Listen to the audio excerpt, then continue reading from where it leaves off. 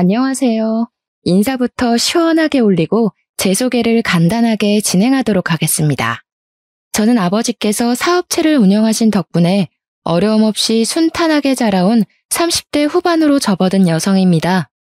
참 세상이 무서운 것도 모르고 부모님의 울타리 안에서 편안하게만 자라왔던 저에게 이런 기가 막힌 사연이 섞인 이야기가 생길 거라곤 상상조차 해본 적이 없었습니다.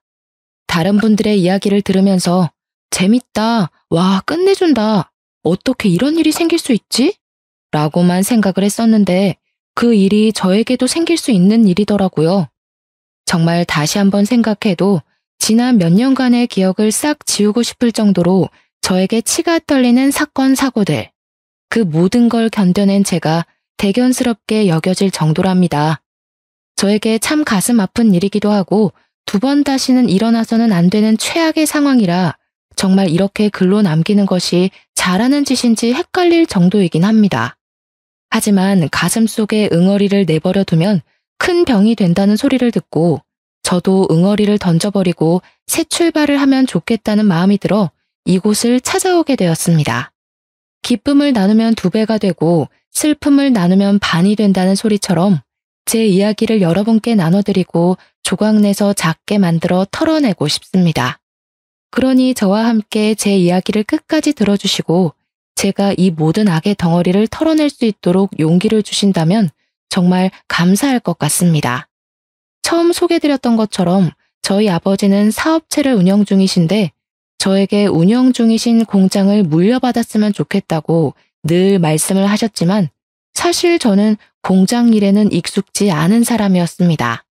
제가 일을 하고 있는 회사가 공장들과 밀접한 관계가 있긴 했는데 저희 아버지는 제가 혹시라도 구설수에 휘말리게 될까봐 저희 회사와는 거래를 하지 않고 계셨습니다. 근데 우리 회사 입장에서는 아버지의 공장이 큰 공장이다 보니까 거래를 트고 싶어 안달이 나 있는 상태였고요. 그러던 어느 날 회식 자리가 끝나고 집에 가기 위해 인사를 나누고 있는데 저희 아버지 공장 사람들도 근처에서 회식이 있었나 보더라고요. 그래서 제가 먼저 공장 이사님께 아는 척하는 거 비밀이라고 제가 아버지 딸인 거 알게 되면 회사에서 얼마나 귀찮게 할지 상상조차 되지 않는다 이야기를 하고 뒤를 딱 돌았습니다. 근데 저희 회사 팀장님이 제 뒤에 떡하니 서서 입을 벌린 채 저를 보고 계시는 게 아니겠습니까? 순간 등줄기에서 식은땀이 주룩 흐르더라고요. 저에게 지수씨 땡땡 공장 사장님 딸이야?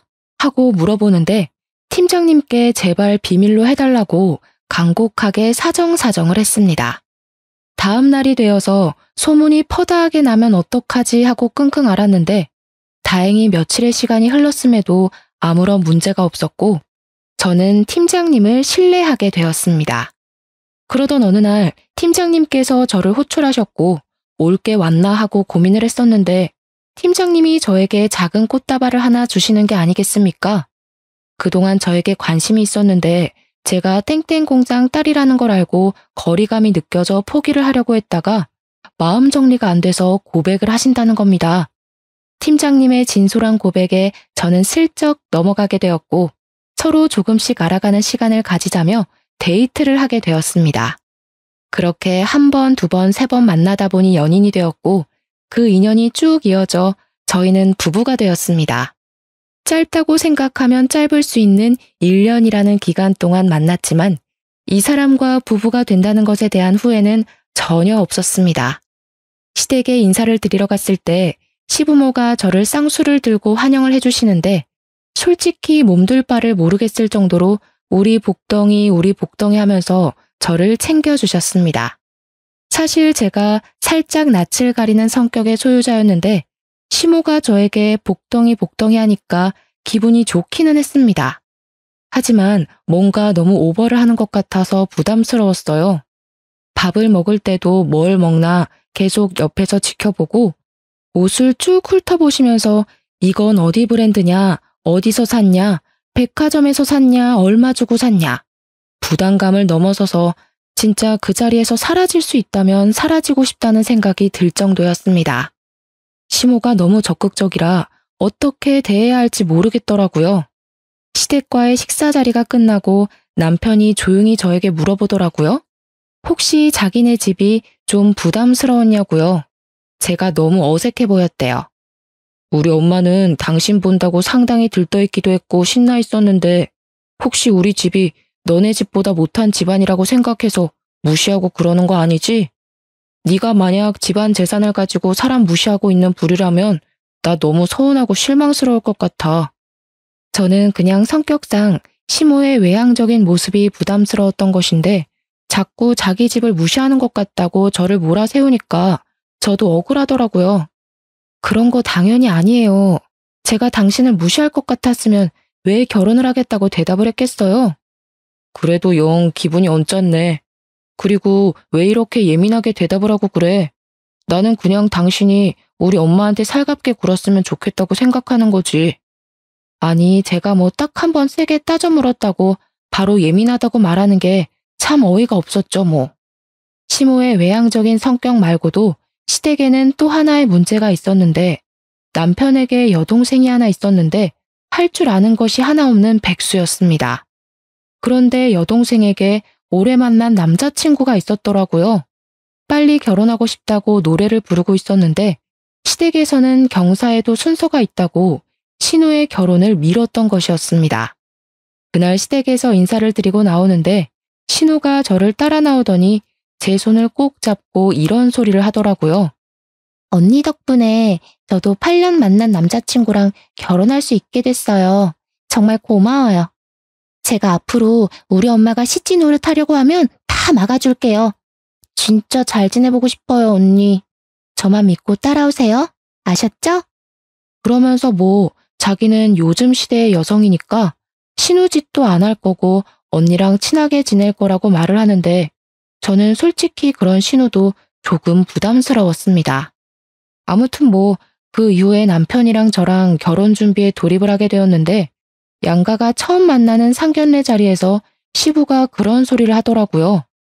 사돈어른이 사업을 하시니까 손님도 대부분 사돈어른 손님이 아닐까 싶은데 저희는 뭐 사회생활을 한 게 아주 오래전 일이라 올 손님이 별로 없습니다.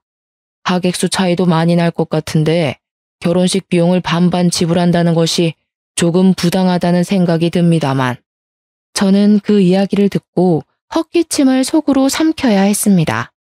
아니, 올 손님 없다는 게 자랑도 아니지만 그걸 대놓고 말을 하는 것도 좀 어이가 없었거든요. 제가 겉으로 티를 내지는 못하니 저희 부모님의 안색을 조금 살폈는데 아버지께서도 한심하다는 듯한 표정을 순간 지으셨습니다. 물론 사업을 하시는 분이니 표정을 빠르게 갈무리하긴 했지만 뒤이어 나오는 시부의 말에 아버지께서 얼마나 황당한 기분을 느끼셨는지 알 수가 있었습니다.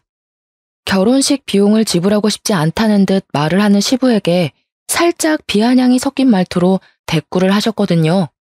그럼 사돈댁 측에서 참석하실 손님분들은 친척들을 포함한 가족밖에 없다는 말씀이신가요? 예. 저희가 사회생활을 진작에 그만둬서 그러니 결혼식 비용 정도는 사돈어른이 통 크게 내시는 게 어떻겠습니까? 사실 저희 아버지께서 공장 사업을 꽤 크게 하시고 거래처도 많으시니까 아버지 측 손님분들이 많긴 많았거든요. 시댁에서는 기대감이 가득 찬 얼굴로 아버지의 입만 바라보고 있고 하니 어이가 없으셨겠지만 좋은 게 좋은 거다 하시며 넘어가려고 했습니다. 아버지께서는 시댁의 입장을 잘 알겠다고 식장 비용은 우리 측에서 다 지불할 테니 애들을 위해서 신혼여행비는 시댁에서 내주셨으면 좋겠다고 딜을 하셨습니다. 아버지께서도 적선만 할 수는 없으니까 하나를 주고 하나를 가져오겠다 생각을 하신 거겠죠.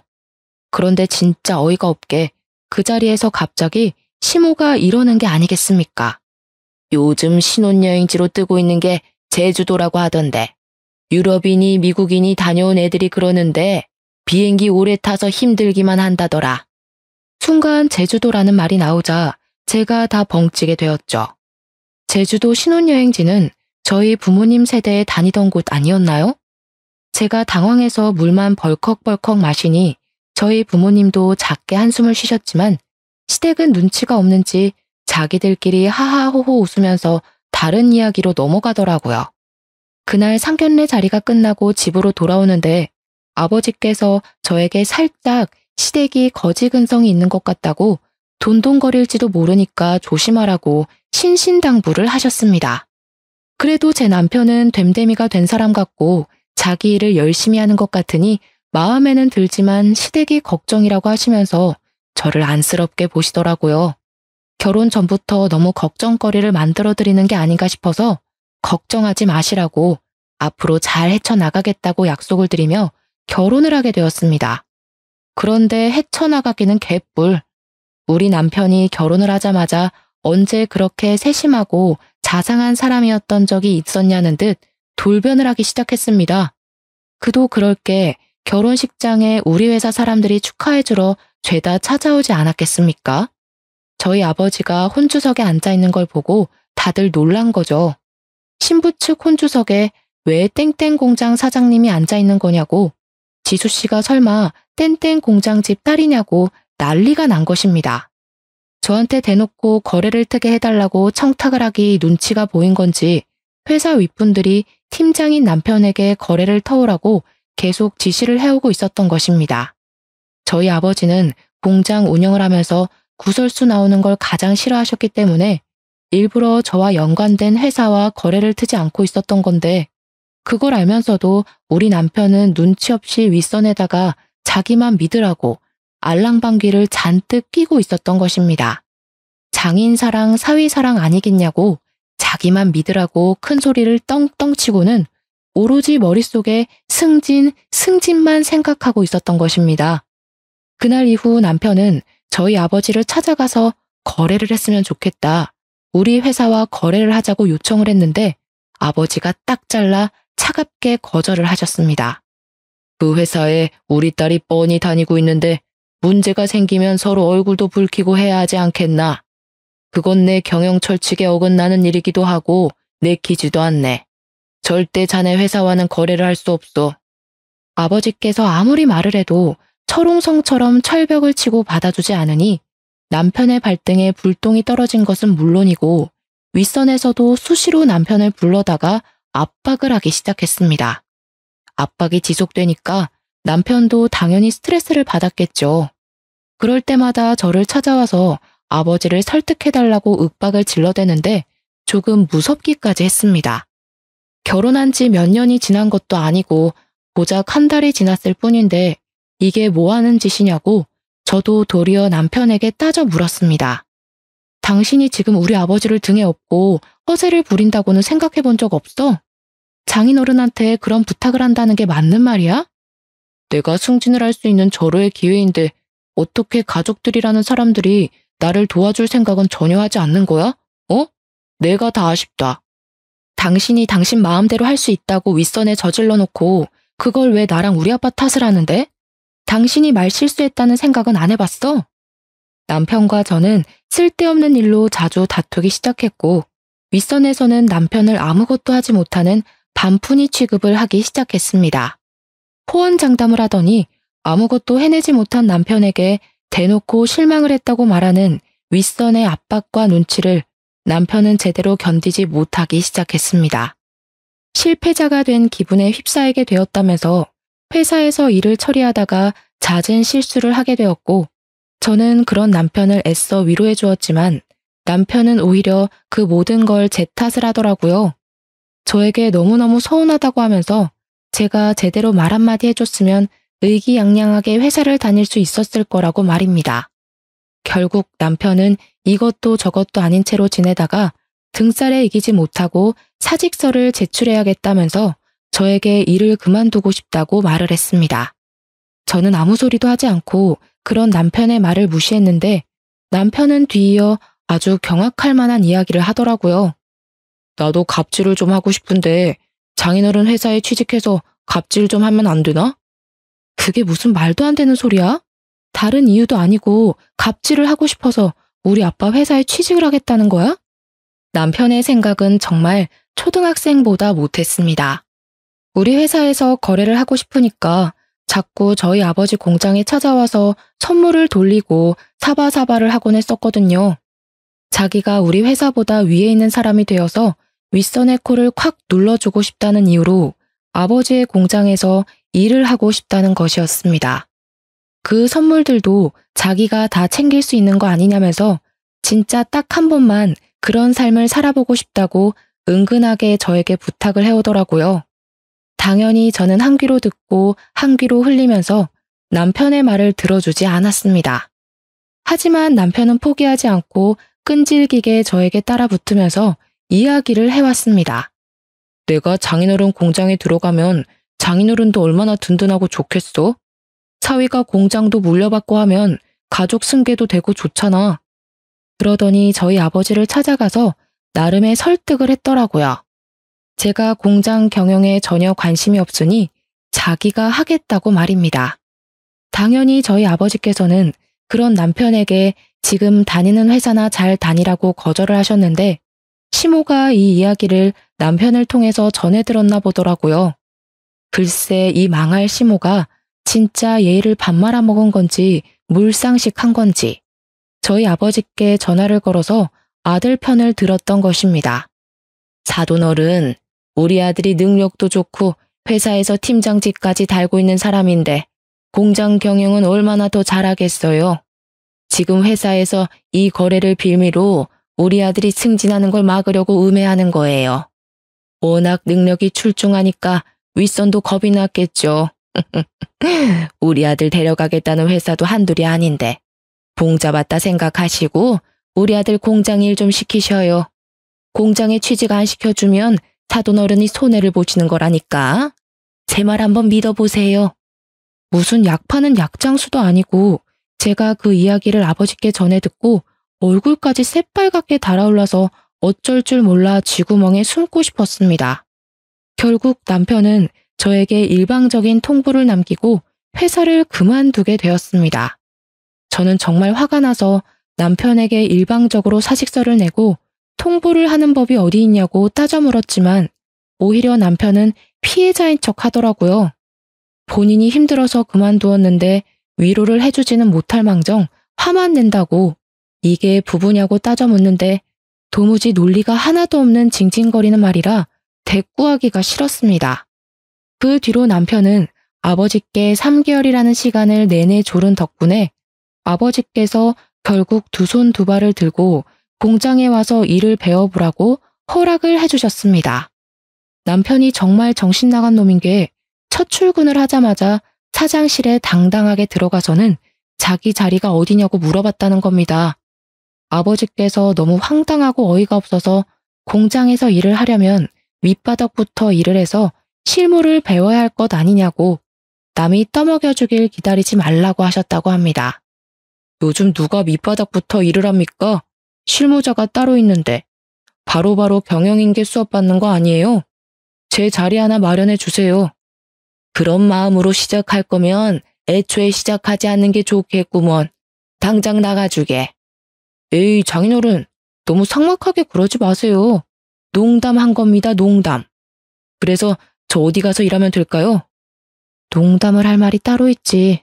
아무튼 남편은 뻔뻔하게 공장 실무자들 틈에 섞여서 일을 하기 시작했고 그래도 군소리 없이 공장 일에 잘 적응해서 일을 하는 듯 보였습니다. 그렇게 6개월이라는 시간이 더 흘렀을 어느 날 시댁에서 얼굴 좀 보자고 하시길래 찾아갔더니 신우가 저를 보고 버선발로 뛰어나와서 고맙다고 인사를 하더라고요. 저는 제가 신우에게 따로 뭐 해준 일이 없어서 왜 고마워하는지 의문인 얼굴로 신우를 쳐다보았습니다. 언니, 왜 아무것도 모르는 얼굴이에요? 언니가 우리 예비신랑 취직시켜준 것 아니었어요? 사돈댁 공장에서 일한 지 2달 됐는데 모르셨어요? 저는 옆에서 어깨를 촥 펴고 있는 남편에게 이게 무슨 소리냐고 물어보았더니 남편이 당당하게 자기한테 고마워하라고 말을 하더라고요. 남편이 공장에서 무슨 짓을 하고 다니는 건지 놀래서 따로 알아보니까 글쎄 자기가 공장의 차기 주인이라고 말을 하고 다니면서 직원들에게 자기 라인을 타라고 했다는 겁니다. 지금 사장은 어차피 늙었으니 곧 은퇴를 하게 될 거고 그러면 자연스러운 수순으로 자기가 공장을 물려받게 될 것이라고 하면서요. 그러면서 인사팀에 친한 사람들 만들어두고 자기 지인들 몇 명을 몰래 취업까지 시켰던 것이었습니다. 아버지께서 할 일이 워낙 많으시니 직원들 뽑는 것까지 하나하나 관여를 하지 않으시니까 남편이 가운데서 그런 짓을 하고 있었던 것입니다. 그렇게 1년이라는 시간이 더 지나는 동안 저와 남편의 사이는 점점 더 막장으로 변질되었습니다. 남편은 공장에서 자기 라인의 사람들을 키워가며 아버지와 제가 모르는 본인의 세력을 키워나가고 있었습니다.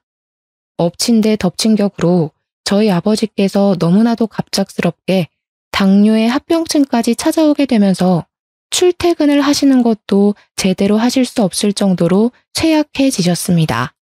남편과 제 사이가 나빠지고 남편이 공장에서 세력을 키워나갈수록 시부모와 신우 또한 저에게 빈정거리기 시작했습니다. 이 사람들이 참 올챙이적 시절은 생각도 못하는 거죠. 너는 앞으로 시댁에 더 잘하도록 해라. 우리 아들이 너네 아버지 뒤를 이을 건데 너도 이제 회사 그만두고 내조를 하는 게 어떻겠니? 저도 지금 제일 잘하고 있는 중이에요. 다음 달에 승진을 할 것 같기도 하고요. 승진을 하면 뭐하니? 우리 아들이 곧 공장장이 될 건데. 그러면 넌 그냥 옆에서 예쁜 인형처럼 조신하게 굴기만 해도 돈이 굴러 들어올 것 아니야. 어머님, 그게 무슨 말씀이세요? 저도 저 나름대로의 직업의식을 가지고 일을 하고 있다고요. 그래봐야 푼돈이면서. 너 얼마 전에 우리 딸 결혼 선물로 고작 화장품 몇 개 사줬다며? 우리 사위가 공장에서 일을 하고 있으니까 선물로 전무자리 하나 주라고 해라. 사돈어른 돌아가시고 나면 어차피 물갈이도 싹 될 텐데 가족끼리 한 자리씩 차지하면 서로 좋지 않겠니? 전무자리는 연봉이 억 단위겠지? 너무 좋겠다. 언니 결혼 선물 이야기가 나와서 말인데 나 외제차 한 대 사주면 안 될까? 그래, 그 정도 통 크게 굴어야지. 무려 공장장 부인이 될 건데. 나는 요즘 알보석이 그렇게 예쁘더라. 며느리 덕 좀 보자. 시댁 식구들은 마치 저에게 돈이라도 맡겨놓은 사람처럼 돈돈거리며 제가 뭐 하나라도 더 해주기를 기다리고 있었습니다. 저는 시댁의 그런 뻔뻔한 모습에 치가 떨리게 되었고 변해버린 남편까지 적응이 되지 않아서 하루하루 피가 마르는 일상을 살고 있었습니다. 아버지의 병환이 점점 깊어지자 시댁은 벌써 공장이 자기들 것이라도 된 듯 당당하게 굴었고 저희 어머니께도 막말을 퍼붓고는 했습니다. 안싸돈, 앞으로 공장이 저희 집안으로 넘어오게 되면 저희가 매달 섭섭지 않게 용돈은 좀 챙겨드릴게요. 그래도 한 달에 50만 원 정도 드리면 생활하시는데 큰 불편함은 없지 않을까요? 딸한테 얹혀 살 순 없으니 일은 하셔야겠네.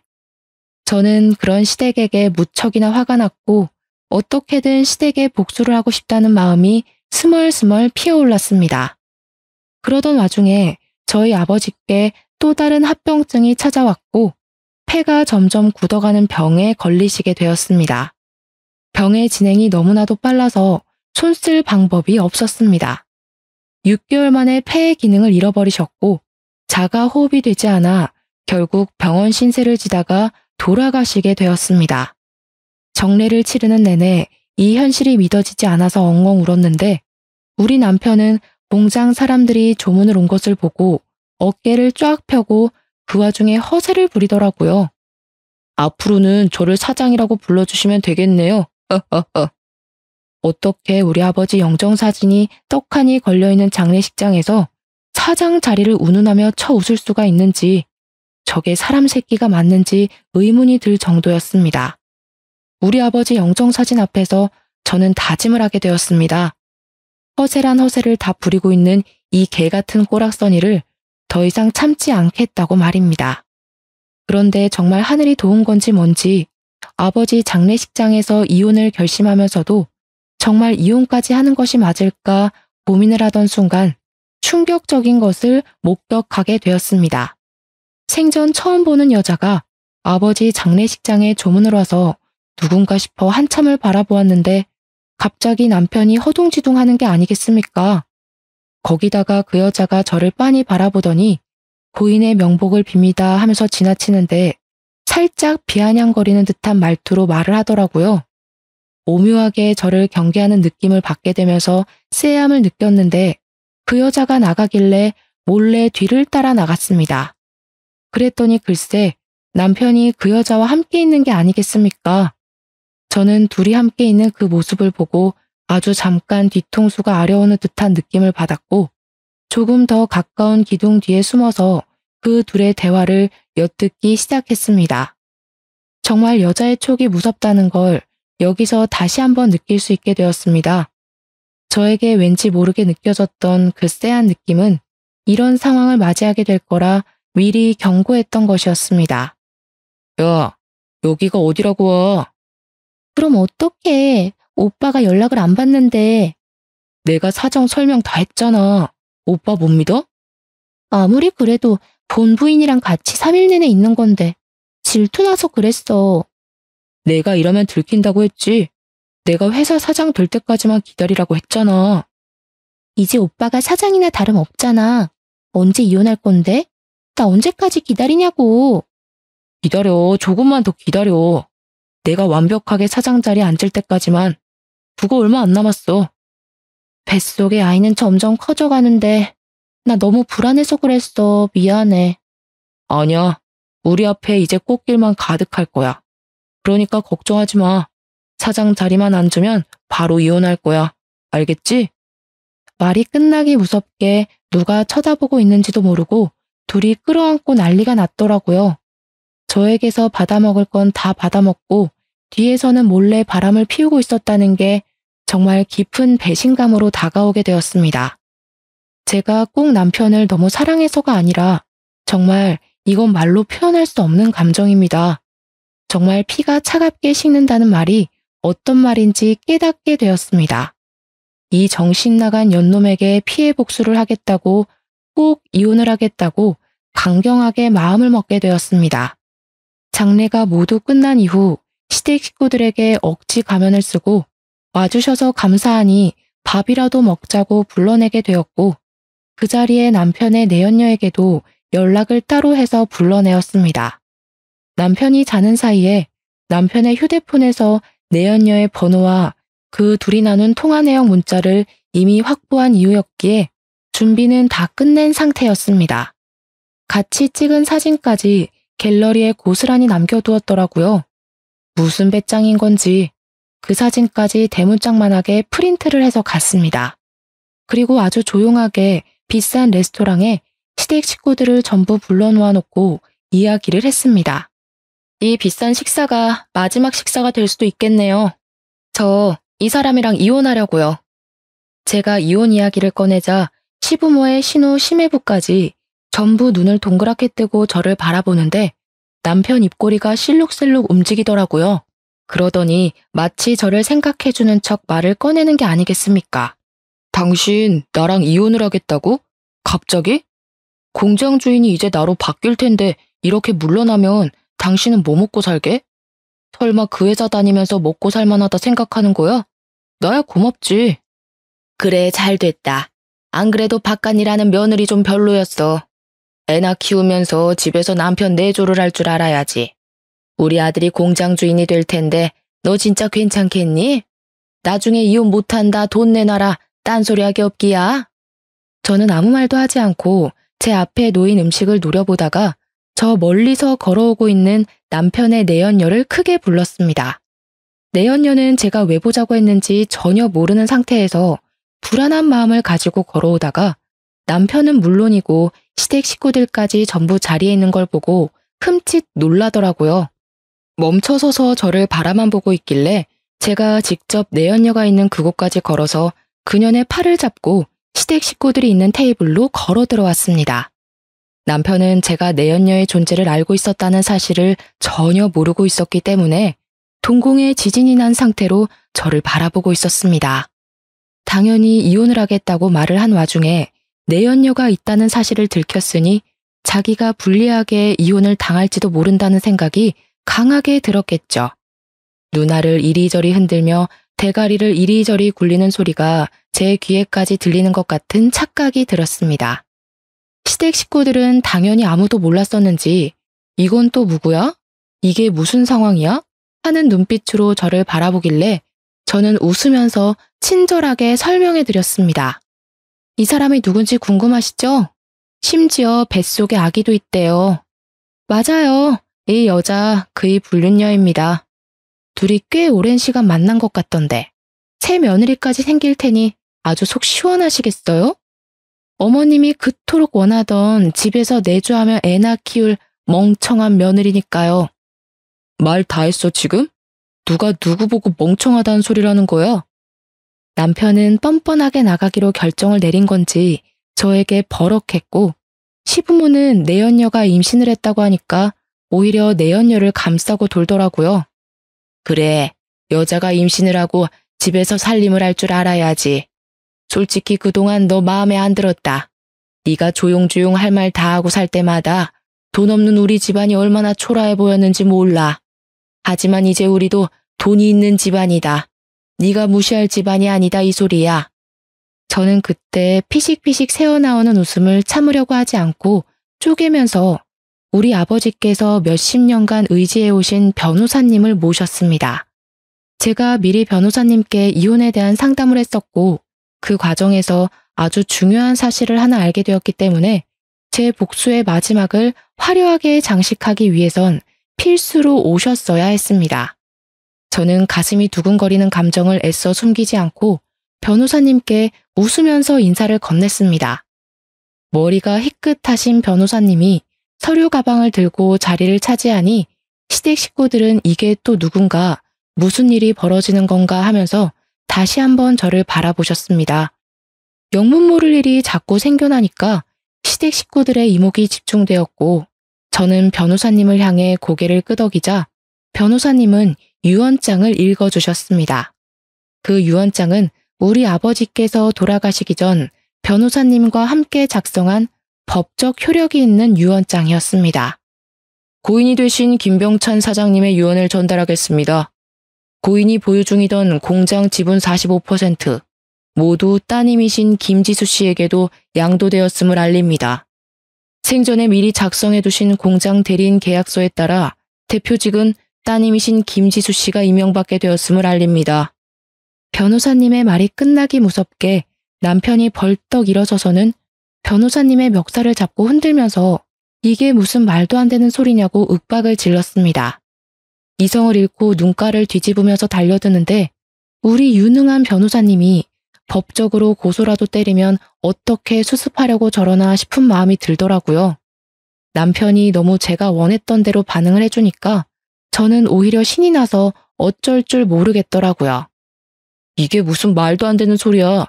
내가 다른 사람도 아니고 내가 밑바닥부터 쭉 경영 수업을 받았는데 왜 아무것도 모르는 저 여자가 그 자리에 앉아? 고인이 되신 김병찬 사장님께서 공증까지 받으신 유언장이기 때문에 법적 효력이 있습니다. 참나, 어이가 없네. 나도 아직 김병찬 사장의 사위야 사위.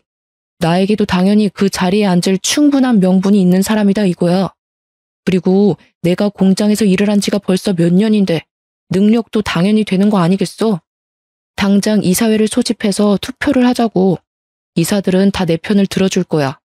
저기 저 아무것도 모르는 여자가 사장 자리에 앉으면 공장 사람들 다 거리에 나앉을 거라고.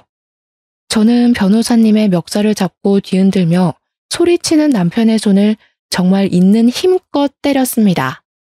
남편은 순간 전해진 통증에 놀라서 멱살을 잡고 있던 손을 놓치게 되었습니다.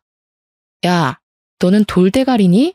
당연히 구멍가게도 아니고 직원을 수십 명이나 데리고 있는 회사에서 사장 자리에 앉겠다고 하면 누구나 앉을 수 있는 건 줄 알았어? 지분이라는 것도 모르면서 무슨 사장을 하겠다는 거야? 장인이 나한테 지분 준다고 했다고. 나한테 사장 자리에 앉으려면 열심히 일하라고 했다니까. 그래서 어떡하니? 아빠는 나한테 다 주고 가셨는데. 그거 몰랐지? 네가 공장에서 네 지인들 취직시켜줄 때 이미 아빠는 나한테 다 양도할 생각을 하셨다더라. 그러니까 너는 한마디로 그동안 헛짓거리 했다는 거야. 그 와중에 돈 있는 척 허세 떨면서 불륜까지 저질렀으니 이혼 소송에서도 나한테 유리하겠네? 숨길 생각도 없었던 것 같더라. 휴대폰에 떡하니 같이 찍은 사진을 해둔 거 보면 말이야. 너네 둘이 재혼을 하든 말든 그건 나랑 상관없는데 사장 자리 앉는 건 말이 안 되지. 우리 아빠가 평생 일군 직장인데. 시모는 쏟아지는 정보들에 사태 파악이 제대로 되지 않은 것인지 저를 향해 물었습니다. 아니, 그럼 우리 아들은 사장 자리 못 앉는단 말이냐? 왜? 우리 아들이 공장에서 오래 일을 했는데. 아줌마 우리 공장에 지분 있어요? 투자금은? 주식이라도 있어? 아무것도 없잖아. 근데 아줌마 아들이 어떻게 사장이 돼? 아줌마 아들도 가진 거 하나 없는 빈털털인데. 거기다가 이제는 직장도 잃게 생겼으니까 새 직장 알아봐야 할걸? 물론 그쪽도 마찬가지고. 마지막 말을 할 때는 신우 쪽을 바라보면서 말을 했습니다. 그랬더니 신우 얼굴이 싹 돌변을 해서는 저에게 갑자기 살갑게 웃으면서 언니 무슨 말이 그래 하며 팔짱을 끼려고 하는 게 아니겠습니까?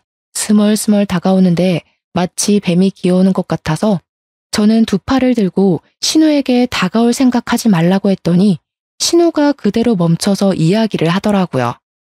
우리 남편은 성실하게 일했는데 일 잘하는 사람까지 싸잡아서 이쪽 라인 저쪽 라인 하면서 갈라치기 하고 자를 필요 없잖아.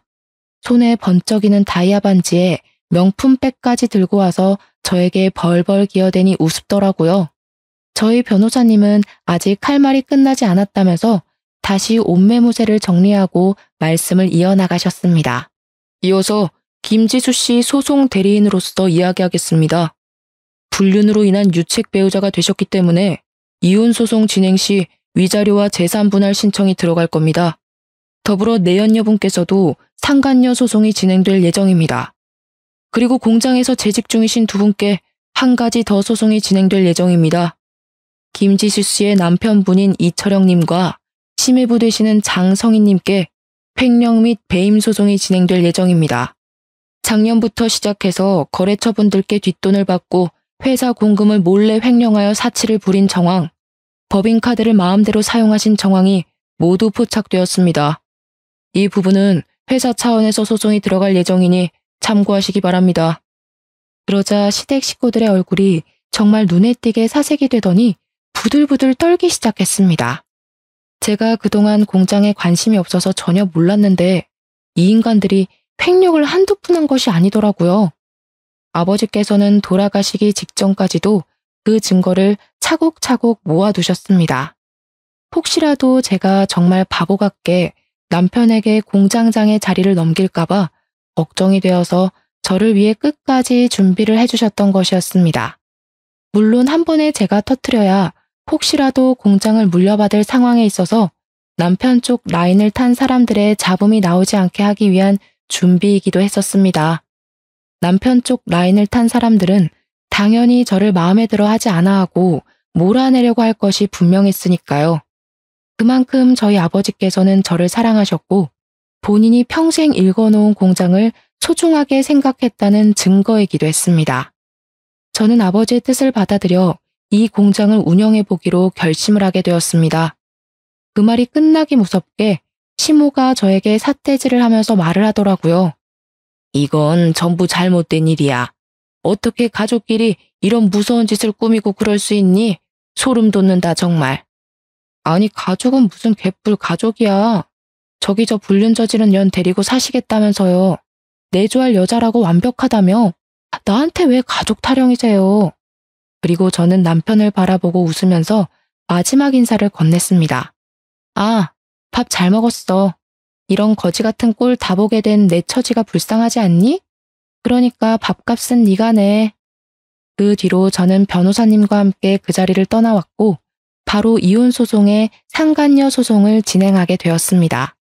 재산 분할 같은 경우에도 다행히 상속 재산은 분할 대상에 포함되지 않아서 제가 남편에게 더 뜯어낼 수 있게 되었습니다.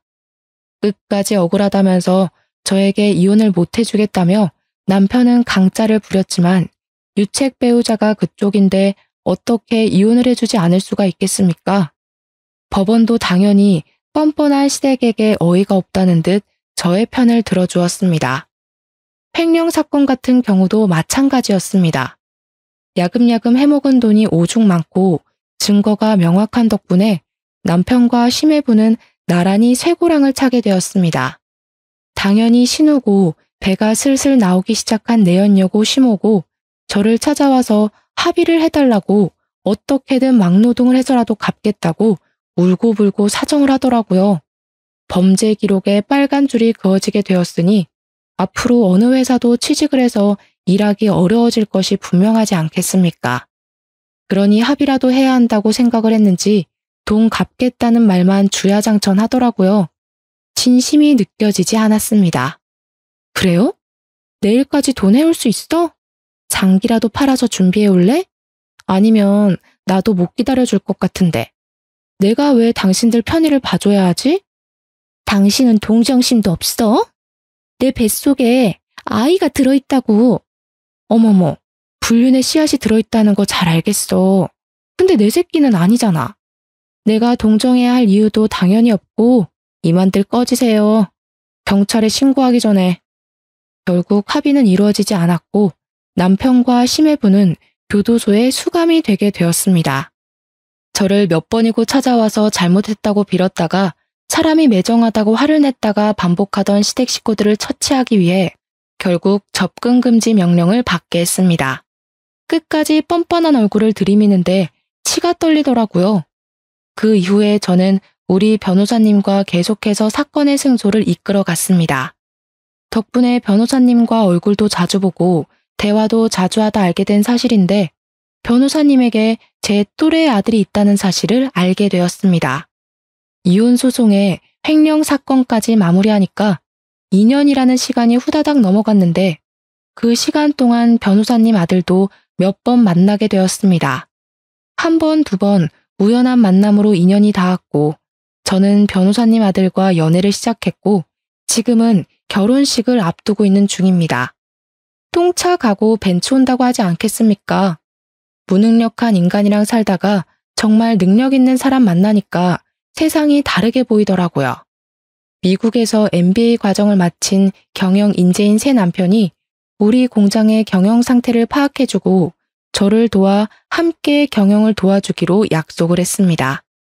제가 아무것도 모르는 상태로 뛰어들었기 때문에 전문가의 도움이 필요했는데 마침 새 남편의 전공이 그 분야이니 찰떡궁합이지 않겠습니까? 시댁은 저에게 줄 위자료의 횡령 사건 배상까지 전부 갚아내느라 집도 팔고 차도 팔고 가진 집안 살림까지 전부 다 팔았다고 하더군요. 그런데도 돈이 부족해서 유예 기간을 달라고 공장에 사정사정을 해왔습니다. 저는 법대로 하겠다고 돌려보냈습니다. 드디어 결혼식을 2달 앞두고 있습니다. 제가 이혼녀라서 솔직히 예비시댁에서 저를 반가워하지 않을 수도 있다고 생각을 하긴 했는데 그 걱정은 기우였습니다. 예비 신부인 변호사님은 저를 반대할 이유가 전혀 없다고 하셨고 예비 시모 또한 저에게 고생 많았다며 앞으로 따뜻한 집이 되어주시겠다고 하셨습니다. 사람의 과거는 중요하지 않다. 그 과거가 생긴 것도 제 탓이 아니라고 넓은 마음으로 저를 감싸주셨습니다. 저도 모르게 그 자리에서 눈물을 조금 흘렸는데 그 모습조차 진정성 있게 느껴졌다며 저에게 한 가족이 되어 너무 좋다고 환하게 맞이해 주셨습니다. 참 고생 끝에 낙이 온다고 저에게 이런 대단하고 넓은 가슴을 가진 시댁이 생길 줄은 꿈에도 몰랐습니다. 저는 새로운 예비 시댁과 성향이 잘 맞고 서로를 세심하게 잘 챙기며 앞으로 분위기 좋게 평생을 함께 하겠다고 다짐하게 되었습니다. 진정한 짝을 만난 기분이라 행복하다고나 할까요? 염치 없는 격이 맞지 않은 예전 시댁을 생각하면 아직도 토악질이 나올 것 같습니다. 하지만 앞으로는 정말 새 남편과 함께 아이도 낳고 오순도순 공장 운영도 하며 잘 지내보려고 합니다. 여러분들도 저처럼 행복이 가득하시고 또 저의 행복을 응원해 주시면 감사하겠습니다. 저의 긴 사연을 들어주셔서 다시 한번 감사드립니다.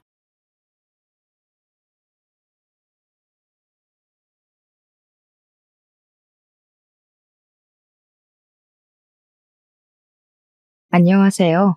청취자 여러분께 수줍게 인사드립니다. 저의 실패한 결혼 생활, 그리고 기가 막힌 복수까지 모든 이야기를 한데 털어놓고 싶어서 이렇게 사연을 올리게 되었습니다. 세상에 별별 인간 참 많다지만 이렇게 뻔뻔하고 아나무인한 사람들은 처음 본 것 같아요. 어떻게 이야기를 시작해야 할지 막막하고 또 사건이 너무 많아서 뒤죽박죽일지 모르겠지만 털어놔 보도록 하겠습니다.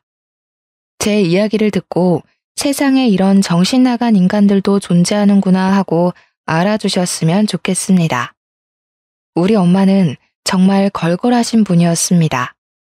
반평생을 시장통에서 생선 손질해서 팔면서 저랑 우리 오빠를 먹여 살리다 못해 대학까지 턱하니 보내주셨거든요. 생선 팔아서 어찌 그런 돈을 만졌나 싶을 정도로 장사 수완이 참 좋으신 분이었습니다. 불의를 참지 못하고 시비를 거는 진상 손님에게 굵은 소금을 뿌려가며 지켜낸 시장통 한 구석이었죠. 그러던 엄마는 저희가 모두 고등학교를 졸업하자마자 생선 대가리 썰어 파는 일이 지겹다면서 식당을 하나 차리셨어요. 생선이 지겹다고 하시더니 생선 조림을 파는 가게를 내셨습니다. 우리 엄마의 요리 솜씨가 타인도 인정할 만큼 끝내주셨었거든요. 비법 양념을 대대손손 물려받은 전라도 토박이셔서 그런지 생선조림 가게는 정말 장사가 잘 됐습니다. 엄마의 양념도 한몫했지만 특이하게 무랑 고구마를 넣어서 조리셨는데 달짝지근하면서도 뒤에 확 올라오는 감칠맛이 끝내주셨죠. 제가 대학에 입학을 하자마자 생선 가게를 오픈하셔서 가게로 친구들을 몇 번 데려갔었어요. 내 친구들이 먹어보고는 진짜 우리만 알면 안 되는 맛이라면서 인터넷 카페 같은 데에 맛집이라고 올려주기도 했고요. 그때만 해도 파워 블로거라는 게 유행할 때라 저랑 친한 대학 동기가 파워 블로거였거든요. 자기 맛집 포스팅에 제대로 올려주고 나서부터는 호황을 이뤘죠. 그 친구한테는 제가 사례를 정말 톡톡히 했습니다. 손님들이 몰려오는데 맛까지 좋으니까 나중에는 줄을 서야 할 정도로 장사가 잘 됐습니다.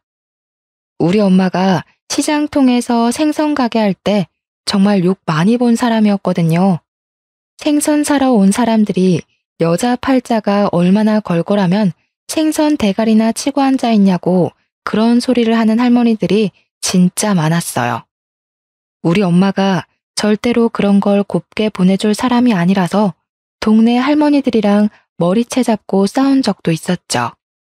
그럴 때마다 남편 잡아먹고 생선 대가리나 치고 있는 거라며 손가락질하는 사람들도 있었고요. 그런 고생을 하면서도 우리를 절대 남의 집에 보내지 않고 떵떵거리면서 살 수 있게 뒷바라지 해주신 분이죠. 밤마다 고생하신 우리 엄마 소주 한 잔씩 하고 자는 걸 오빠랑 저는 알면서도 모른 척 할 수밖에 없었습니다. 우리 엄마가 세상에서 제일 싫어하는 게 가족들 욕 보이는 거였거든요.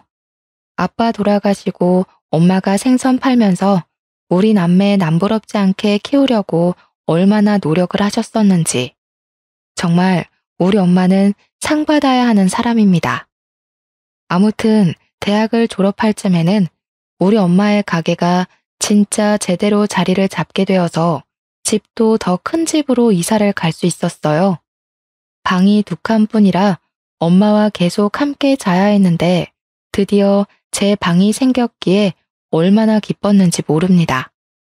거기다가 가게도 더 큰 자리로 이사를 가게 되었고요. 혼자서 운영하던 테이블 4개 달랑 있던 가게가 2호점을 낼 정도로 대박을 쳤습니다.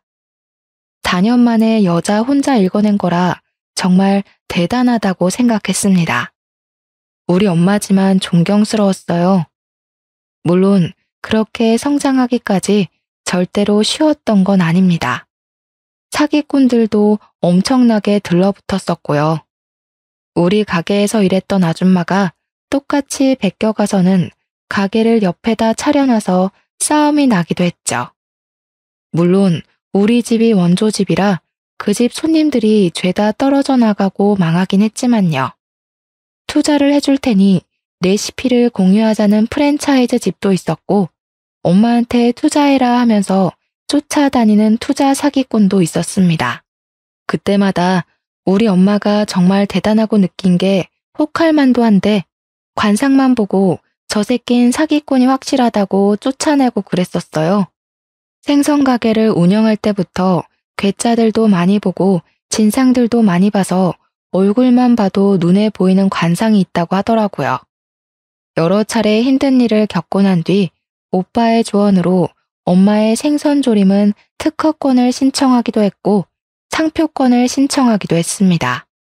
우리 오빠는 나름 똑쟁이였는데 일찌감치 결혼을 했어요. 대학을 졸업하고 2년 만에 결혼을 했으니까 28살쯤 결혼을 했습니다. 대학 때부터 커플이었던 언니랑 결혼을 했는데 인상이 정말 동글동글하고 저한테나 우리 엄마한테나 싹싹하게 구는 맏며느리감 여자였습니다. 언니는 시집 오자마자 엄마 일을 돕겠다고 선언한 뒤 주방에서 일을 했고요. 자연스럽게 엄마가 관리하던 2호점을 오빠네 부부가 물려받았습니다. 새언니는 정말 싹싹하고 우리 엄마한테 너무나도 잘했고 일도 애둘러 하는 것 없이 열심히 했습니다. 틈틈이 저까지 챙겨주는데 제가 얼마나 새언니한테 고마웠는지 몰라요. 엄마는 저한테 나중에 결혼해서 할 일 없으면 3호점을 내주겠다고 했는데 오빠가 결혼할 때 저는 취직이 확정되었습니다. 제가 취직한 곳은 미술관이었습니다. 꽤 오래된 곳이었는데 저는 작품 설명에는 영 재능이 없어서 작품을 판매하는 영업직 직원이었다고 하는 게 더 맞을 것 같네요. 큐레이터를 하기에는 경력도 전혀 없었고 부족한 게 많아서 작품을 판매하는 쪽으로 열심히 일을 했죠. 우리 전시관이 오래된 만큼 단골 손님들도 꽤 많고 좋은 작품을 전시한다고 유명했단 말이죠. 인사동 쪽에서도 이름만 대면 알 법한 유명한 곳이었는데 우리 미술관에 매일 출석하듯이 오는 남자 손님이 한 분 계셨습니다. 직장 선배 말로는 매일같이 보러 온 지 몇 개월이 됐다는데 빤히 작품들을 둘러보고 이것저것 살펴보고 간다는 것이었습니다. 저한테 한번 대응을 해보라고 작품을 살 것 같진 않지만 혹시 모르지 않겠냐고 하더라고요. 그래서 슬쩍 가서 마음에 드는 작품이 있으시냐 물어보니까 아니라고 손사래를 치더라고요. 그냥 보러 온 거라고 하는데 솜에 물감이 묻어있고 오일 페인트 냄새가 옅게 나는 것 같길래 슬쩍 물어보았어요. 화가시냐고 하니까 어떻게 알았냐면서 하들짝 놀라더라고요. 물감 냄새가 나는 것 같아서요 하니까 자기한테 냄새 나냐고 킁킁거리는데 그 모습이 어벙한 게 귀엽더라고요. 매일같이 오니까 저도 모르게 매일같이 옆에 서서 대화를 나누게 되었습니다. 한 가지 작품 앞에서 빤히 계시길래 이 화가의 작품을 좋아하냐 물어보니 그런 건 아니고 그림을 어찌 저리 생동감 있게 그릴 수 있는지 궁금해서 보는 거래요. 자기는 무명 화가고 아직 개인 전시회 같은 것도 엄두를 못 내는 정도라고요. 자연스럽게 그림에 대한 대화로 시작해서 각자의 사생활까지 이야기하는 사이로 발전했습니다. 그 사람과 저는 미술관에서 만나다가 근처 카페에서 못다한 이야기를 나누고 밥을 먹고 영화를 보는 사이가 되었죠.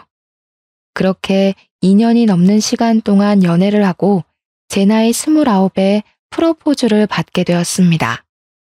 비록 자기가 버는 건 별로 없지만 미술학원 강사도 나가고 있고 고생 안 시킨다고 할 순 없지만 최대한 노력을 해보겠다고 했어요. 그 무엇보다 진정성 있는 고백이라고 느껴져서 저도 홀라당 넘어가고 말았고 결혼을 약속하게 되었습니다. 그런데 그때까지도 별말 없이 저의 연애를 지켜보던 엄마가 상견례를 하고 나서부터 은근히 싫은 티를 내더라고요. 다른 건 아니고 시모될 사람의 얼굴이 욕심이 덕지덕지 붙어 있다고 이를 크게 칠 관상이라고 했습니다. 연애하면서 시모에 대한 이야기를 많이 듣진 못했지만 예비 신랑의 소심한 성격을 생각해보면 그런 시모 밑에서 자란다는 건 상상도 못할 일이었거든요. 우리 엄마가 관상 공부를 한 것도 아니고 무당도 아니니까 그냥 에이 하고 넘어갔죠. 결혼식 날까지도 시모한테서 그런 낌새는 느끼지 못했고요. 그런데 정말 결혼식 그 이유가 문제였습니다.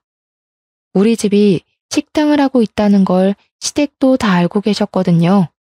결혼한 지 4개월쯤 지났을까? 새언니한테 전화가 오랜만에 와서 반갑게 받았는데 다짜고짜 신우 그거 알아? 하는 거예요. 뭘 알아요? 무슨 일 있어요? 하니 우리 시모가 자꾸 엄마 가게에 찾아와서 공짜로 밥을 먹고 이것저것 요구를 한다는 겁니다.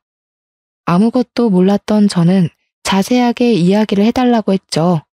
그러니까 일주일에 한 번씩은 꼭 찾아와서 공짜로 밥을 먹고 간다는 거예요. 그것도 혼자 찾아오는 것이 아니라 친구들을 싹 끌고 와서 비싼 갈치조림을 대짜로 시켜 먹는 것도 모자라 반찬까지 싸달라고 한다는 겁니다. 반찬? 무슨 반찬? 하고 물어보니까 글쎄 식당에 밑반찬 나오는 거 있죠? 이게 맛있네 저게 맛있네 하면서 락앤란 통을 들이민다는 거예요. 돈 한 푼 낸 적 없이 매번 그러니까 새언니가 미치겠다고 하더라고요. 우리 엄마는 사돈 어른이라 싫은 소리 한번 못하고 그냥 해달라는 대로 해주고 있었대요. 시모가 저한테 시집살이라도 시킬까 싶어서 보다 못한 새언니가 저한테 신우가 잘 좀 이야기해봐. 어머님 성격 알잖아 하더라고요. 우리 엄마가 걸걸하신 분이고 불의를 못 참는다고 하셨잖아요. 저 때문에 꾹꾹 참고 계신 거였어요. 그날 저녁에 남편을 붙잡고 이야기를 했습니다. 시모가 우리 엄마 가게 와서 공짜로 밥 먹고 가는 것도 모자라 반찬까지 싸달라고 한다더라. 친구들까지 죄다 끌고 온다더라 했어요. 일주일에 한 번 이상은 꼭 온다는데 내가 말하긴 좀 그렇고 당신이 시모한테 말 좀 잘해달라고 부탁을 했죠. 그랬더니 남편이 머리를 벅벅 긁으면서 자기가 미술한다고 돈 아끼면서 살았던 게 버릇이 돼서 그렇다는 거예요. 아니, 돈을 아끼는 걸로 제가 뭐라고 했나요? 거지처럼 공짜밥 구걸하고 다니니까 그런 거죠. 남편이 생각 없이 자기 엄마를 두둔하는 행동 또한 꼴보기가 싫었습니다. 아무리 그래도 사돈 어른이 불편한 걸 알아야 하는 나이가 아닌가요? 어떻게 남의 업장에 가서 친구들까지 죄다 끌고 공짜밥을 먹고 올 수 있는 건지 이해를 하고 싶어도 할 수가 없었습니다. 저만 해도 친구 집에 빈손으로 찾아가 본 적 없는 사람이고요. 어디 가서 얻어먹는 걸 즐기는 사람도 아니었거든요. 거기다가 우리 남편이 결혼하고 몇 개월이 지난 지금까지도 월급 120만 원 꼴랑 들고 오거든요. 학원에서 정직원도 아니고 시간 강사로 일하고 있어서요. 제가 정직원으로 일하면 안 되겠냐고 했는데 본인 개인전 열고 싶어서 작품을 그려놔야 한다고 하더라고요. 작품을 그릴 시간이 필요하니까 학원에는 시간 강사로 파트타임을 나가야 한다고요. 그렇게 벌어오는 게 120만 원입니다. 제가 얼마나 속이 터지겠어요? 고생 안 시킨다고 한 적은 없지만 이건 너무하죠. 그림 그리는 가난한 사람이란 걸 알면서도 결혼하긴 했지만 그래도 저도 할 말은 해야 하잖아요. 당신이 지금까지 재료값을 어머님한테 달라고 하지 않잖아. 그러니까 어머님이 우리 집에 와서 공짜밥을 드시는데 명분이 없다는 거야. 우리 집에서 무전취식 그만했으면 좋겠어. 그랬더니 남편이 노발대발하면서 지금 우리 엄마 거지 취급하는 거냐고 하더라고요. 근데 막말로 맞는 말 아닌가요? 몇 개월 동안 무전취식했다는데 그것도 일주일에 한 번 이상은 꼭이요. 갈치조림 4인상 기본이라고 해도 15만 원은 나와요. 근데 지인 4명 이상은 꼭 끌고 간다는 겁니다. 그러면 우리 엄마가 손해보는 돈은 얼마나 많겠습니까? 남편한테 그랬죠. 당신이 한 달에 월급 버는 만큼 어머님이 우리 엄마 가게에서 식사하고 가신다고요. 그랬더니 자존심이 상한 건지 뭔지 씩씩거리면서 시모한테 전화를 걸어서는 엄마가 장모님 가게에서 거지처럼 공짜밥 먹고 반찬 달라 그랬어? 이러는 겁니다. 아니, 그렇게까지 악의적으로 말할 필요가 있나요? 애둘러서 좋게 좋게 이야기할 수도 있는 거잖아요. 남편한테 그렇게 말하면 내가 뭐가 되고 우리 엄마 입장이 얼마나 난처하겠냐고 이야기를 했더니 화를 빽 내더라고요. 네가 그랬잖아, 자존심 상하게. 너도 나 그림 못 그린다고 재능 없다고 무시하는 거 아니야? 남편이 자기 작품 전시회를 한 번도 열지 못한 것에 대한 자격지심이 있었나 봐요. 저도 몰랐죠. 그림에 그렇게 예민하게 굴 거라고 생각도 못했고요. 시모가 남편 전화를 받자마자 저를 바꿔보라고 했는지 저한테 휴대폰 딱 던져주고는 방에 들어가서 문을 쾅 닫더라고요. 무슨 사춘기 어린애도 아니고 반항을 저 따위로 하는지 이해를 할 수가 없었습니다. 물론 수습도 제 몫이었고요. 저도 이참에 할 말은 해야겠다 싶어서 솔직하게 시모한테 이야기를 했습니다. 우리 엄마도 땅 파서 장사하는 게 아니니까 앞으로 방문하실 때는 제값 내고 드셨으면 좋겠어요. 반찬도 싸달라고 하시면 가게 손님한테 드릴 밑반찬이 없잖아요. 내가 우리 아들을 어떻게 키웠는데 이런 취급을 받아야 하는 거니? 네가 얼마나 우리 아들을 무시했으면 우리 아들이 저런 소리를 해. 제가 한 말 중에 아들을 무시하는 말이 있었다고 생각하세요? 저는 아무리 생각해도 없더라고요. 그래서 저는 무시한 적 없는데요 하고 말을 했는데 오히려 제 말을 시모가 무시하더라고요. 제 말은 듣지도 않고 자기가 못난 엄마라 서럽다, 며느리한테 이런 소리 들을 줄 꿈에도 몰랐다 하는데 이해가 안 갔어요. 무전 취식하길래 하지 말라고 한 게 왜 서러운 일인 거죠? 어머님, 우리 아들 아주 말끝마다 그러시는데 그 귀한 아들이 한 달에 120만 원 버는 거 아시죠? 근데 어머님은 저희 엄마 가게에서 한 달에 100만 원어치 이상을 드세요. 너무 놀부심보 아닌가? 저희 엄마가 자선업체도 아니고 봉사단체도 아니잖아요. 그러니까 시모가 내가 지금 거지라는 거냐면서 우리 아들이 한 달에 120만 원 번다고 무시하냐는 겁니다. 능력 없다고 무시하냐, 네가 더 잘 번다고 남자를 깔보면 되냐 안 되냐 하는데 귀가 따가웠습니다. 능력 없는 남편 데리고 살아주는데 저한테 고마워하세요.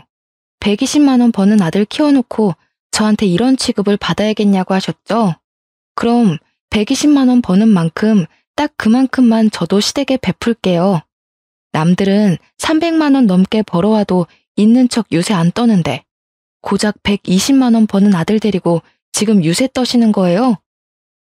끝으로 양심도 없으시지까지 덧붙이니 시모가 전화를 뚝 끊어버리시더라고요. 제가 생각해도 너무 세게 말했나 싶긴 했는데 언제까지 우리 엄마가 손해보고 살 수는 없으니까요. 그 뒤로 시모한테 연락이 며칠간 없었고 저는 새언니한테 문자를 남겼습니다. 제가 시모한테 말 잘해놨으니까 더 이상 무전 취식할 일 없을 거라고 했죠. 무슨 일 생기면 꼭 연락해달라고 신신당부를 했는데 새언니가 그 문자 받고 엄마한테 이야기를 했나 보더라고요. 우리 엄마는 혹여라도 제가 시집살이를 당할까봐 걱정이 되어서 그래도 일주일 내내 오는 거 아닌 게 어디냐고 가끔 와서 드시고 가라고 하는데 저는 싫었어요. 저한테 이제 뭐 돈 1, 20만 원에 궁상 떠는 사람도 아니고 딸내 시댁 어르신인데 그 정도 대접을 할 수 있다고 하시는데 됐다고 했습니다. 시모도 저한테 삐졌는지 뭔지 한 2주 뒤쯤부터 다시 연락을 해서는 평소에 안 하던 잔소리를 막 하더라고요. 애는 언제 가질 거냐 하면서 딱 인터넷에서 보던 전형적인 시모의 잔소리 있죠? 도대체 시모들은 왜 다 그런 건지. 뭐만 하면 애는 언제 낳냐, 아이는 안 생겼냐 하는데 제가 무슨 애 낳는 기계도 아니고. 더군다나 남편이 120만 원 벌어오는 상황에서 무슨 애를 낳겠어요? 제가 임신해서 육아휴직이라도 쓰거나 일을 그만두면 우리 집 생계는 누가 책임져 준답니까? 시모가 생활비 줄 것도 아니고 대책이 없어도 너무 없는 소리만 하니까 나중에는 예 하고 말게 되더라고요. 아무튼 3개월을 꼬박 손주 타령을 하길래 저도 발끈해서 남편이 정직원이 되거나 그림이 좀 팔리거나 해서 돈을 벌어와야 되지 않겠냐고 했어요. 제가 일을 그만둬야 임신 계획도 가지고 하지 않겠냐고, 상식적으로 내가 임신하고 애 키우고 어떻게 일을 하겠냐고 대답했죠. 그러니까 시모가 말꼬리를 잡으면서 나보고 지금 상식이 없다고 그러는 거야? 이러잖아요. 그렇게 말꼬리를 잡는 것도 진짜 재주라면 재주겠네요. 너무 피곤했습니다. 시모까지 저한테 저러니까 남편은 저한테 또 무슨 자격지심을 부릴까 하는 생각부터 들었어요. 어머님, 그러면 이 집에서 유일하게 돈 버는 제가 애 키운다고 일을 그만두면 누가 우리 부부를 먹여 살리죠? 아, 어머님 돈 많으세요? 그래서 저희한테 돈 쥐어주고 싶으셔서 애부터 낳으라고 독촉하시는구나? 저는요, 그럼 어머님만 믿고 당장 사직서 내고 올게요. 어머님께서 저한테 월급 주시면 되겠다. 저는 한 달에 400만 원 좀 안 되게 벌거든요.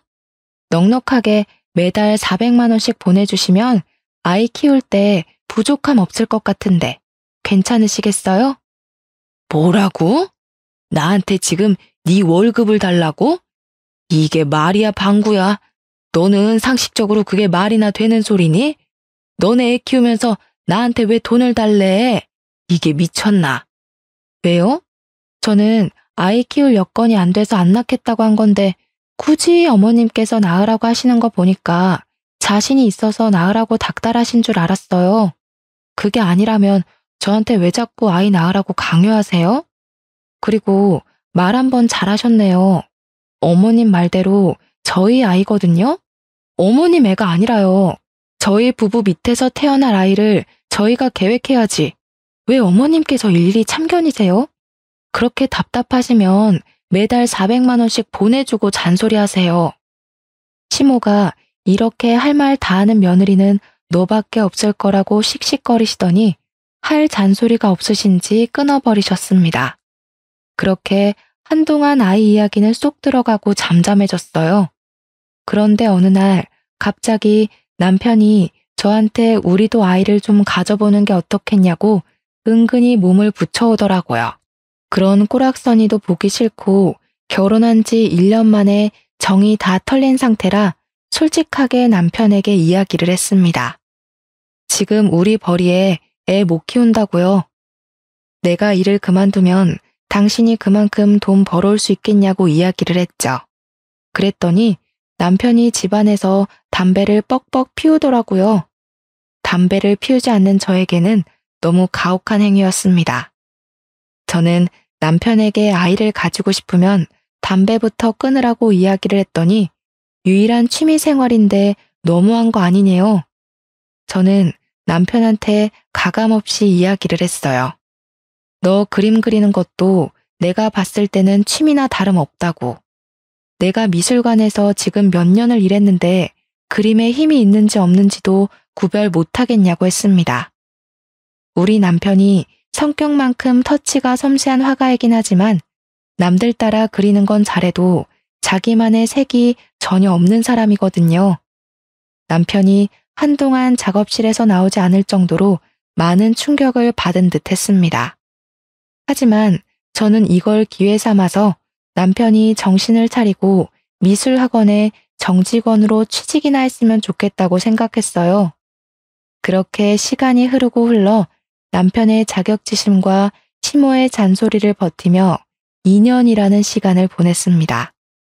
남편은 그 와중에도 신인 작가정 같은 데에 공모를 넣었다가 몇 번의 실패를 겪었고 사람은 점점 피폐해지기 시작했어요. 우리 엄마는 남편을 마주칠 때마다 우리 사위 얼굴이 많이 상했다고 큰일이라고 걱정을 했어요. 얼굴이 저래서 어디 힘이나 쓰겠냐고 걱정을 하는데 저는 그저 속이 답답할 뿐이었습니다. 오죽하면 오빠가 따로 연락이 와서는 혹시 가정에 불화가 있거나 걱정이 있으면 새언니한테라도 다 털어놓으라고 하더라고요. 그러던 어느 날부턴가 남편이 다시 생기를 찾기 시작했고 저한테 꽃다발을 사준다거나 옷을 사주거나 하는 일이 잦아졌어요. 밝은 얼굴로 저한테 이제 우리 진짜로 아이도 곧 갖자 하는데 근래에 사람이 바뀌니까 저도 궁금하더라고요. 무슨 좋은 일 있냐고 물어보니까 자기가 그림으로 이제 돈 좀 만질 수 있을 것 같다고 좋은 자리가 생겨서 돈을 많이 벌어다 줄 수 있다는 겁니다.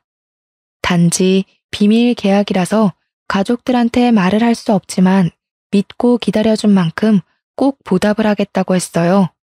그 말을 한 이후로 남편은 작업실에서 거의 살다시피 하면서 그림을 그려낸다고 했습니다. 집에서 빈둥빈둥하면서 파트타임 아르바이트만 하던 남편의 얼굴에 생기가 도는 건 좋았지만 무슨 작업실인지 궁금했죠. 그동안은 학원에서 그림을 그린다거나 집 베란다에서 그림을 그렸는데 작업실이라는 공간이 생긴 게 의문이었거든요. 그래서 남편에게 무슨 작업실을 얻은 거냐고 돈은 어디서 난 거냐고 물어보았죠. 아무리 뭐 작은 공간이면 충분하다고 해도 보증금은 꽤 큰 돈이 들어갈 테니까요. 남편은 아주 떵떵거리면서 새로 일하게 된 회사에서 얻어준 작업실이라고 했어요. 그러면서 제 손을 꼭 잡고는 앞으로 먹고 사는 거 걱정 없이 해주겠다고 그동안 자기가 너무 못 벌어와서 미안하다고 사과를 하더라고요. 이 남자가 취업을 하더니 정말 철이라도 들은 건가 싶어서 저는 의아했죠. 그런데 남편이 정말 한 달 뒤에 월급이라고 통장에 찍힌 돈을 보여주는데 무려 300만 원이라는 돈이 찍혀 있는 게 아니겠어요? 300만 원이라는 돈이 남들한테는 늘 벌어왔던 돈일 수도 있지만 우리 남편에게는 정말 큰 의미나 다름없었거든요. 앞으로 잘만 하면 더 오를 거라며 내가 이제 걱정 없이 살 수 있게 해준다고 했지 하면서 큰 소리를 치는데 엄지를 척하니 올려주었습니다. 무슨 일을 하는 건지는 몰라도 분명 그림으로 벌어온 돈일 텐데 우리 남편의 자존심이 회복되는 것 같아서 진심으로 기뻤습니다. 돈이 생기고 나니까 남편이랑 저의 사이도 점점 회복되기 시작했습니다. 다시 물감 냄새를 진하게 묻혀오는 남편한테 애정이 막 샘솟기도 했고요. 우리 남편의 표정이 남들이 보기에도 쑥쑥 밝아졌어요. 우리 엄마도 타위 얼굴이 좋아졌다고 용돈 보내준 거 잘 받았다고 무슨 돈이 있어서 보냈냐고 기특하다고 하는데 좋더라고요. 그렇게 6개월이 더 지난 어느 날 남편의 월급은 쑥쑥 올라서 저보다 더 많이 벌어오기 시작했습니다. 당연히 부부금술도 좋아지고 이렇게 햇볕이 짱짱하게 드는구나 싶었던 어느 날 새언니에게 오랜만에 연락이 왔어요.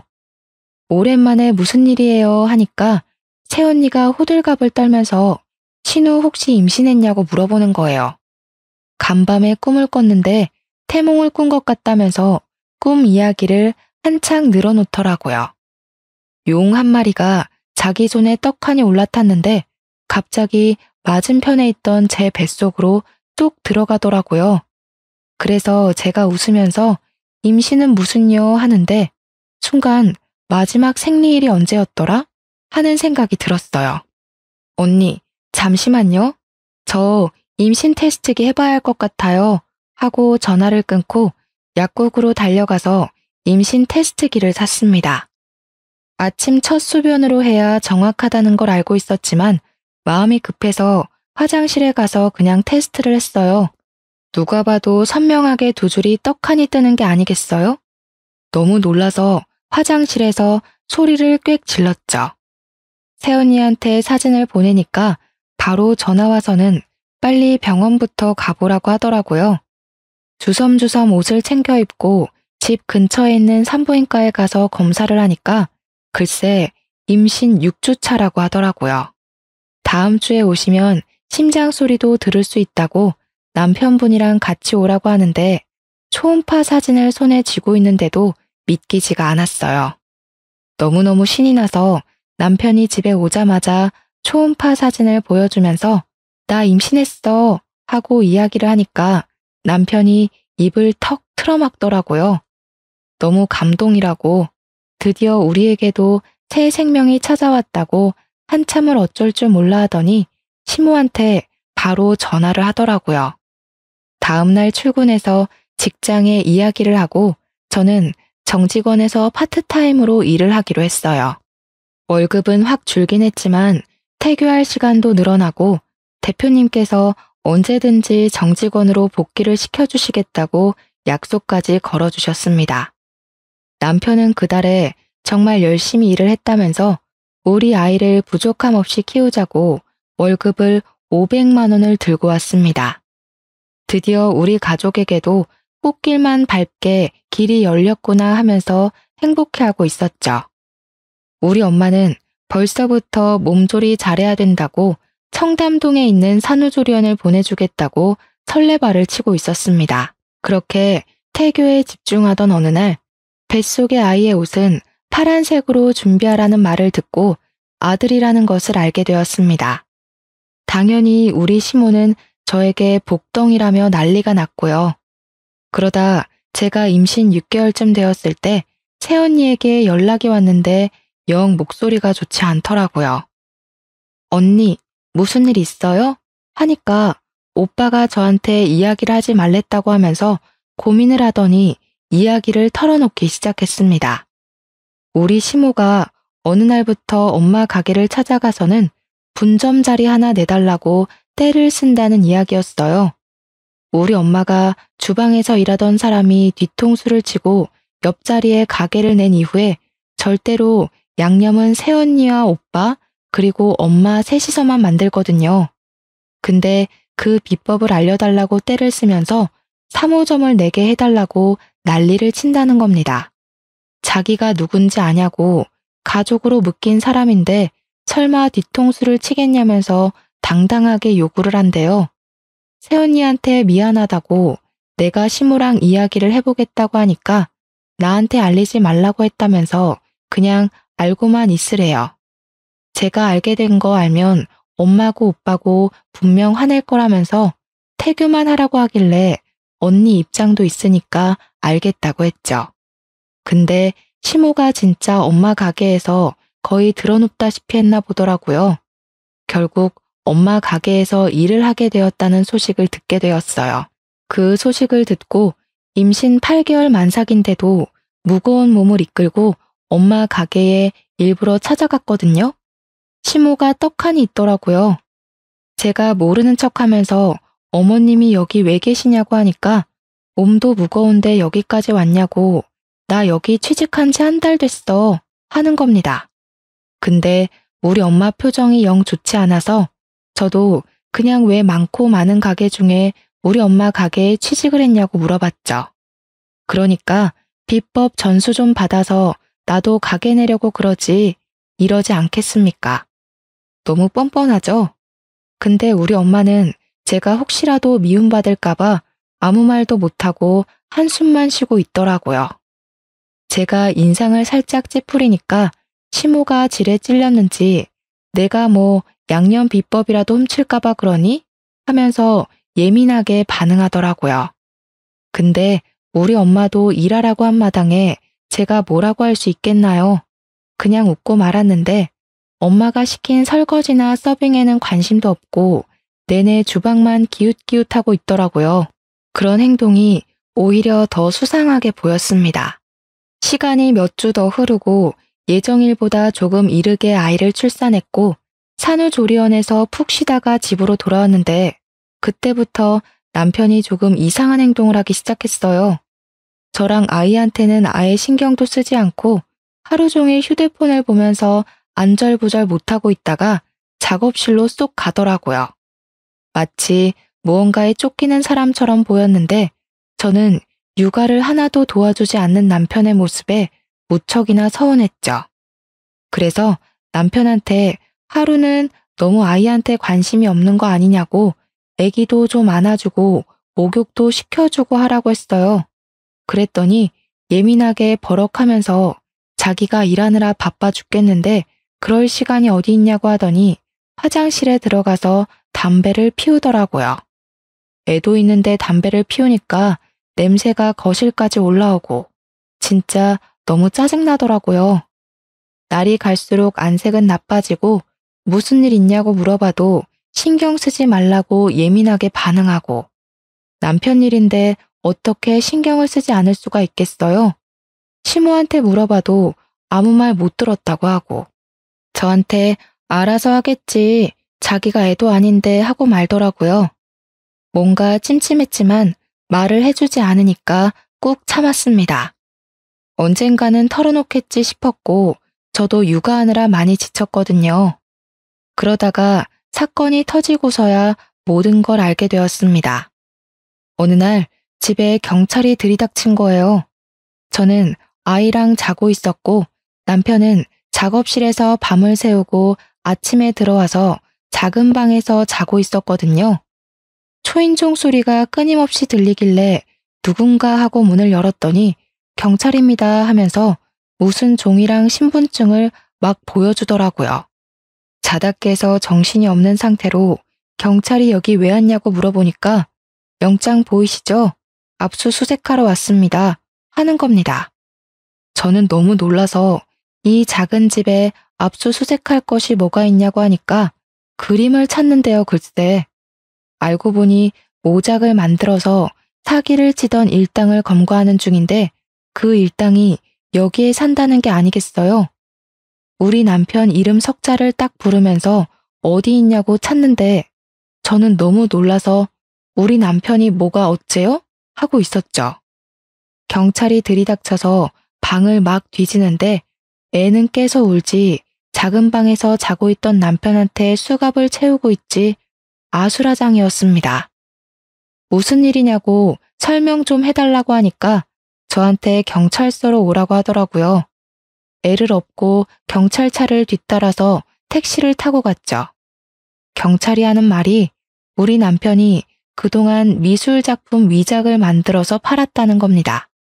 자기가 남의 그림을 따라 그려서 그 사람 작품인 것 마냥 사기를 쳤고 그 일당이 죄다 검거가 됐다는 거예요. 우리 남편이 벌어온 돈이 그동안 다 사기를 치고 일당을 받아왔던 거였죠. 저는 몰랐고요. 안 그래도 참고인 조사가 필요했다면서 저한테 정말 몰랐냐고 물어보는데 저는 너무 충격적이라 멍해졌어요. 이미 한 번 걸려서 벌금을 낸 전과도 있는데 몰랐냐고 이번이 두 번째라서 무조건 입건될 거라는 겁니다. 내 남편이 범죄자라니 이 사실을 누가 믿겠어요? 이게 꿈인가 싶기도 했습니다. 놀래서 시모한테 전화를 했는데 아침 대바람부터 전화했다고 성질을 내시더라고요. 경찰서라고 남편이 지금 입건됐다고 빨리 오시라고 했더니 시모가 그거 벌금 다 냈다고 하던데 하는 게 아니겠어요? 시모는 알고 있었던 거죠. 그래서 두 번째 걸린 거래요 했더니 친정에다가 돈 빌려서 보석금 내고 풀면 돼 하는 겁니다. 사기친 금액만큼 돌려주면 되는 거 아니냐고. 그래서 경찰에 물어보니까 이번에는 벌금으로 안 끝날 거라고 무조건 구속 수감될 거라는 거예요. 벌금이 얼마예요? 하니까 지난번에 2천만 원 냈으니까 이번에는 더 많이 나오겠죠? 하더라고요. 아니, 그동안 벌었던 돈은 다 저한테 줬는데 2천만 원이 어디서 나서 벌금을 냈나 싶더라고요. 남편한테 물어보니까 글쎄 우리 엄마한테 돈을 빌렸다는 겁니다. 그 와중에 새언니한테 연락이 오더니 큰일 났다고 3호점을 낸 적이 없는데 떡하니 3호점 간판을 달고 장사하는 집이 생겼다는 겁니다. 순간 불길한 느낌이 팍 들었는데 새언니가 그러더라고요. 친훈의 시어머니가 차렸나 봐 하고요. 우리 엄마네 가게에서 일하고 있었잖아요. 하니까 3개월도 채 안 돼서 그만두고 나갔대요. 자꾸 엄마네 가게에 오는 손님들이 3호점은 이 맛이 아니던데 체인점 관리 좀 하라고 잔소리를 해서 알아보니까 3호점 간판 달고 운영하는 곳이 있더래요. 찾아가 보니 우리 시모가 떡하니 손님 맞이하고 있더라면서. 양념 소스 비법은 훔치진 못했지만 대충 비슷하게 만들어서 팔고 있었던 거죠. 그제야 인터넷에 검색을 해보니까 블로그 같은 데에 3호점이 오픈을 했던데 맛이 아예 다르다고 여러 개 글이 올라와 있더래요. 댓글에도 3호점은 따라 만든 가짜 같죠? 하는 글들이 올라와 있었고요. 그래놓고 뻔뻔하게 제 전화를 받아서 벌금 내면 된다고 이야기를 하고 있었다는 거잖아요. 다시 시모한테 전화를 걸어서 다짜고짜 혹시 3호점 간판 달고 장사하시냐고 따져 물었어요. 그러니까 자기가 곁눈질로 배운 솜씨로 차렸다면서 당당하게 이야기를 하는 겁니다. 우리 가게에 상표권이 다 등록되어 있는데 말도 없이 3호점을 오픈하는 게 맞냐고 이거 소송감이라고 이야기를 하니까 도리어 저한테 화를 내더라고요. 가족끼리 무슨 소송이라는 말을 하냐고. 우리 아들 미술 시키느라 돈이 얼마나 나갔는데 이런 거 하나 못 나누냐고 하더라고요. 재료값이라도 뽕 뽑으려면 장사를 해서 돈이라도 벌어야지 비법을 다른 가게에 팔지 않은 걸 감사하게 여기래요. 자기한테 비법 팔으라고 연락 온 사람이 한둘이 아니라면서 저한테 제대로 된 비법을 알려주면 3호점 잘 운영해 보겠다는 겁니다. 글쎄. 제가 너무 어이가 없어서 경찰서에서 더 이상 할 수 있는 게 없어서 엄마 가게로 찾아갔어요. 엄마가 당황해하면서 무슨 일로 왔냐고 하는데 그 눈빛만 봐도 무슨 말이 하고 싶은 건지 알겠더라고요. 우리 시모가 정신 나간 짓 한 거 알고 찾아온 거예요. 꾹꾹 참지 말고 상표권 소송해요, 우리. 엄마가 놀래서 무슨 소송이냐고 그럴 필요 없다고 하는데 가족이라도 해야 할 짓이 있고 하면 안 되는 짓이 있는 거라고 했죠. 안 그래도 손님들이 맛 다르다고 난리친다면서 엄마 가게 매출도 떨어지는 거 아니냐고 화를 냈습니다. 묵묵부답으로 일관하시길래 지금 경찰서 갔다 오는 길이라고 남편이 사기쳤다는 사실을 알려드렸어요. 그러면서 엄마한테 돈 빌려갔다면서 남편이 처음 걸렸을 때 벌금을 엄마 돈으로 냈다고 하던데 하고 말을 했죠. 그거 갚을 수 있을지 없을지도 모르는 마당에 그 큰 돈을 왜 빌려줬냐고 핀잔 섞인 투정을 부리고 있었는데 엄마가 그러시는 거예요. 사위가 끌려가게 생겼다는데 돈 8천만 원이 뭐가 문제냐고 더 큰 돈이 필요하대? 하시는 겁니다. 8천만 원? 벌금 분명 2천만 원이라고 했는데 웬 8천만 원? 분명 경찰이 처음 벌금 2천만 원 나왔으니까 두 번째는 더 나올 거라고 했는데. 엄마, 무슨 소리라는 거야. 벌금 2천만 원이고 그 이후에 또 사기를 쳐서 경찰서에 또 갔다고. 이번에는 입건될 거라는데? 그러니까 엄마가 통장을 들고 나오더니 남편한테 8천만 원을 송금한 내역을 떡하니 보여주는 거예요. 머리가 핑핑 돌면서 이게 다 무슨 상황인가 싶었습니다. 바로 엄마랑 같이 시모가 운영한다는 3호점에 찾아갔어요. 시모가 드디어 양념의 비법을 알려주러 온 거냐고 묻는데 열이 받아서 셀프 코너에 있는 깍두기 통을 들어 엎어버렸습니다. 시모가 놀래서 미친 거냐고 이게 무슨 짓이냐고 소리를 쳤죠. 벌금 2천만 원 빌린 게 아니라 8천만 원을 빌렸다고? 6천은 어디 갔어요? 아이고, 그걸 또 곳에 가서 일렀어?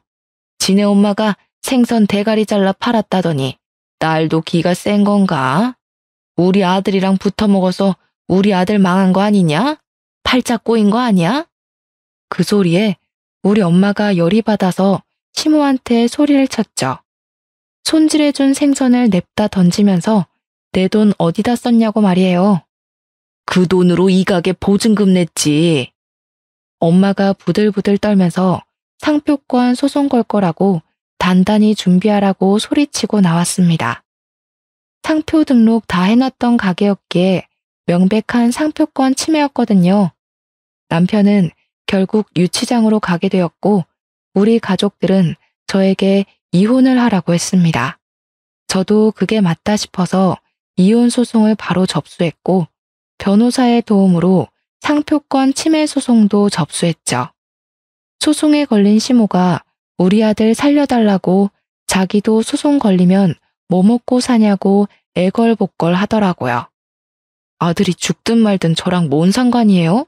생선 대가리 잡는 집안이라면서 개무시하더니 저희가 무슨 자선단체예요? 나 몰래 친정에서 빼간 돈 1원도 남김없이 다 받을 겁니다. 아들내미 미술 시켰다고 유세는 다 떨더니 지금 꼬락서니 참 볼만하네요. 아들은 그림 공부 시켜놨더니 남의 작품이나 베끼고 있고 어머님은 남의 요리 비법 훔치다가 소송까지 걸리고요. 아주 둘이 모자간 게 아니랄까봐 우리 친정 무시할 게 아니라 그쪽 집안 도둑놈 집안이라고 스스로 욕해야 맞는 거 아니에요?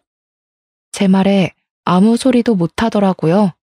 결국 남편은 유치장 간 게 컸는지 친권, 양육권 모두 저에게 돌아오고 이혼 소송에서 승리했습니다.